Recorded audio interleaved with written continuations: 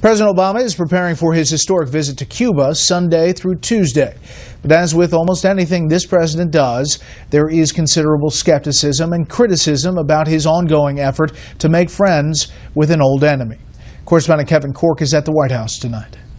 From their historic handshake in Panama to the reopening of respective embassies in Washington and Havana, this is the moment the Obama White House has long hoped for. One that would see countries separated by a mere 90 miles, though seemingly worlds apart, finally come together. It will be powerful for the President of the United States to land Air Force One in Havana and get off the plane and spend a couple of days meeting with leaders of the Cuban government, speaking to the Cuban people. But experts warn that Mr. Obama's visit to the communist island, the first for a sitting U.S. president since 1928, comes at a heavy price. What we've done, in a sense, is prop up, given legitimacy to a single-party dictatorship that is very much likely to continue now after Rául and Fidel Castro are no longer on the scene. Smith contends that the trip merely romanticizes the island without shining a bright enough spotlight on the injustices that remain. Millions of Europeans,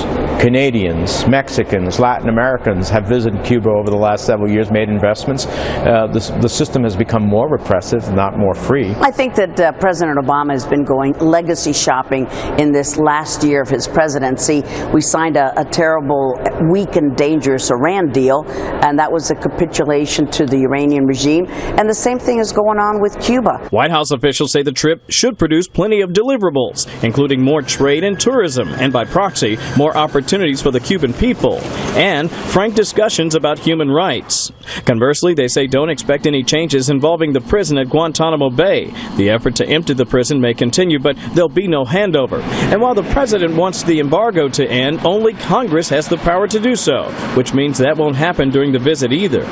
What's less certain is what impact the president's visit will have on the daily lives of the Cuban people, who will have to live with the consequences long after Air Force One has departed and Mr. Obama has left the White House for good.